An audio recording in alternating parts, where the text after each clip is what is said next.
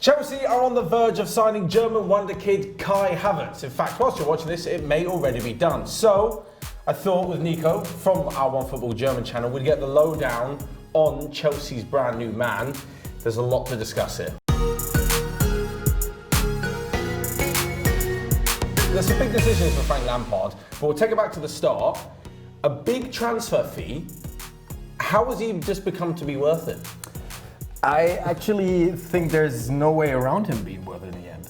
I honestly think that So he is worth it? Yes, 100%. With Kai Havertz, like the thing is, we haven't even seen what Kai Havertz can do, because if you look at what he's done in his last 2 seasons, I think these are the 2 that you actually want to look at, rather than his first one where he was just, because he was testing himself out. In this last season, he scored 18 goals and he was rather looking to score. While this season, he was trying to assist more and did that then in the end. He's figuring out his own style of play, and whatever he tries is brilliant.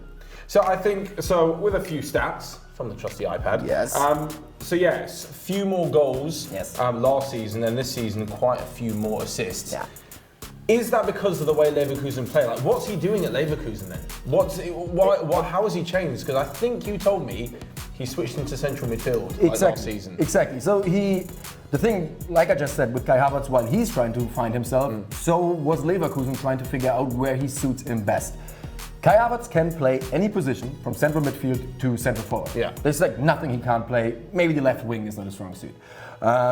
This year he was rather playing as an attacking midfielder, central attacking midfielder, while though he interprets that role differently than differently than other players would play it, because he likes to go out to the right wing a lot. This is what he did this season more than last season, while last season he was playing more of a shadow striker. So he was closer to the goal last season.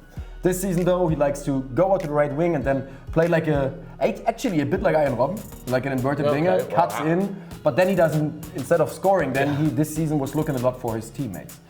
I think with Kai Havertz, just really quick, to understand what Kai Havertz is, I think you gotta understand his physical ability first. The man is 1.88 m. He's enormous. He's still really, really fast. Not the best acceleration, but once he gets going, he's like literally a counter-attacking striker. He's fast enough for any counter-attack in any league in the world. Wow. He's really fast if he gets going. And there's only room to grow for him, because already he's using his body really good, because he's still, even though he's a rather lean player on 1.88 m, he's still strong. He wins aerial duels, he wins sprint duels. There's very little things that Havertz can't do.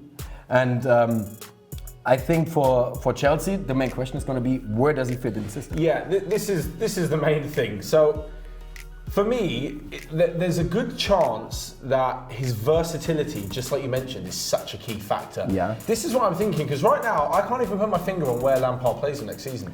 Neither can I. I feel like, for me, Havertz it's clear that his ability is someone, as he is someone who can literally float around in a few positions, but as you said, him finding himself doesn't necessarily mean that it's a good move, because Chelsea are also finding themselves. For me, it all depends, this is going to sound weird, on Chelsea's defence. Why? Because Chelsea are either going to play 3 at the back or 4 at the back. If you play 3 at the back, right? Let's say Chelsea go with 3 central defenders. You play with wing backs. If you play with wing backs, you don't play with wingers. Yeah. So this would mean that, okay, let's say 3 at the back, 2 wing backs, 2 central midfielders, of which I don't think Havertz would be one.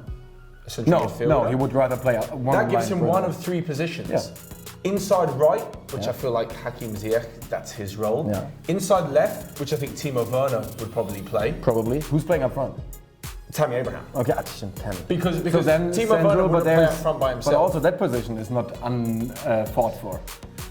See, there's 2 types of strikers, I think, and this is a big if, Chelsea play in a back 3. And the reason I mention Liverpool is because if they were to play with 2 wingers who go beyond the striker, like Mane and Salah do, Firmino drops deep. I can see Havertz doing that. Absolutely. What do you think? Like a striker but dropping deep, like he's done? No, he can't do that, and he has played that before for Leverkusen. Like I said, Leverkusen was testing him out on so many different positions. He played nearly everything from central midfield to striker by now. And on besides the left wing, he was brilliant in any position. He can't play anything. And He also, like Firmino, who's great at winning balls, that's one of Harvards' biggest strengths. He's forcing turnovers in the last third of the pitch. That is what he does best when it comes to the defensive ability of Kai Havertz, which is completely underrated. He's great defensively. Yeah.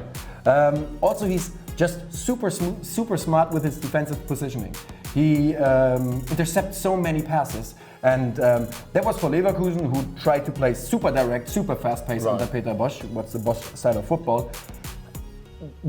Besides the stats who are impressive for Harvards, it's also the situations where he won the ball and then just played the pass and then wasn't anymore involved in the last two passes or whatever. But still, he won the ball and started the entire situation. He got the move going. Yes, so I can see him there. So in that deeper role, I'm not sure I see him as the main striker. No, like if you played a 3-5-2, a 3-4-3, sorry, and you had like a real up top poacher in the box like Tammy Abraham. I don't see him doing that. No, that's and I don't see Werner doing that. No.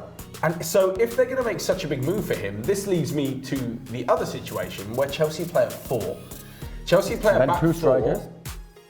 No, a 4-2-3-1. 4-2-3-1. Which means there is a number 10 spot available. Ah, yeah. Behind the main striker. Yeah. And this is where, for me, it makes no sense to pay such big money for a guy that you're going to keep for a while. Yeah. Like if you're buying a 21-year-old for that kind of money, you're kind of hoping that maybe 6, 7, 8 years you're going to get out of him. You're going to be playing him in his best position. Again, right wing, Hudson-Odoi. Or Hakim Ziyech. Yeah. Ziyech potentially in the middle as well. Left wing, Christian Pulisic, completely forgot to mention. Yeah. Timo Werner. Yeah. Again, Werner playing up front, potentially not by himself. He needs a partner then, yes. He needs a partner. He needs somebody to do the physical work there. But that would leave Kai Havertz as a number 10. Which is the position I would argue, is the best in. You would say definitely just free to roam. Yes, and but he needs that freedom, what you just said. Exactly, and Ziyech is moving around while Werner is a more like straightforward kind of player when he plays on the wing. That's actually a great mix if you ask me.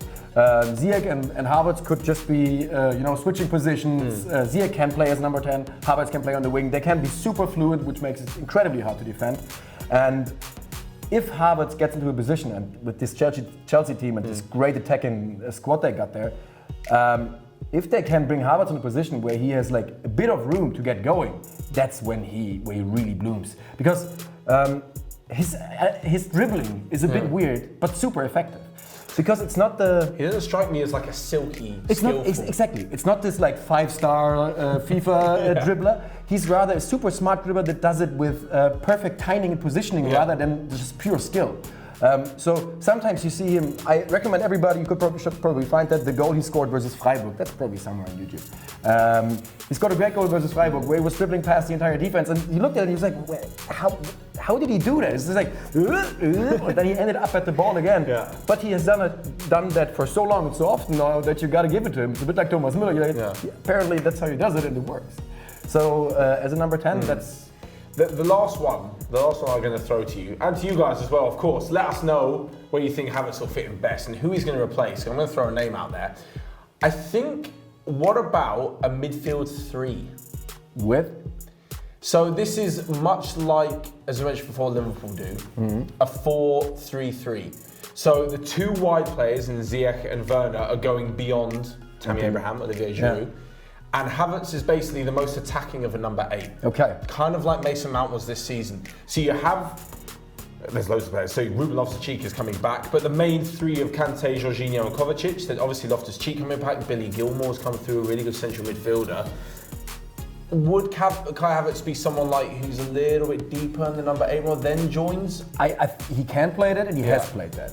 But if you ask me, it's not yet his best position. I'm not saying it can't be because honestly, I think with Kai Havertz, it's like from all the super talents we got on the planet right now, for him is one of the hardest to put his finger on what he's going to be in 5 years. Because maybe in 5 years he actually is a classic number 8. It's possible for me.